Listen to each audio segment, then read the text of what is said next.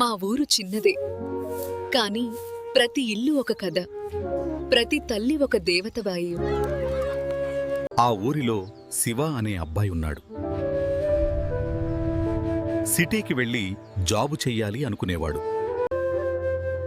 కూలి పని చేసి కష్టపడి పెంచిన తల్లి. అమ్మా, నేను సిటీకి వెళ్తున్నాను జాబ్ చేయడానికి. వెళ్ళు టైంకి తినడం మర్చిపోకు.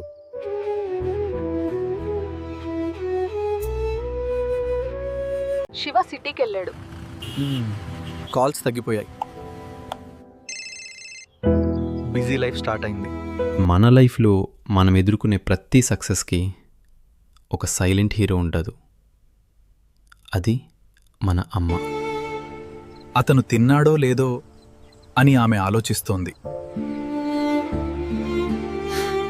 ఒకరోజు శివ తన ఫోన్కి ఒక మెసేజ్ అందుకున్నాడు, తన తల్లి హాస్పిటల్లో ఉందని.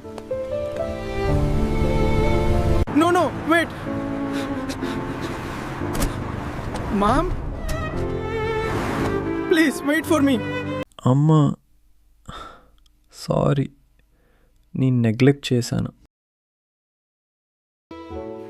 నాకేం కాదు, నువ్వు బాగున్నావా అంతే చాలు.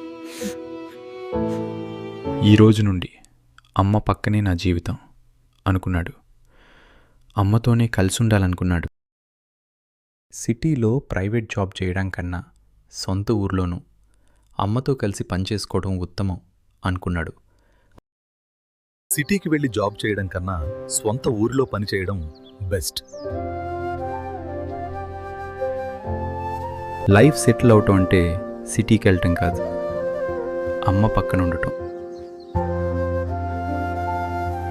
మన జీవితంలో మనం ఎదగాలని పరుగులు తీస్తుంటాం, కానీ మన కోసం ఎదురుచూస్తున్న ఒక హృదయం ఉంటుంది.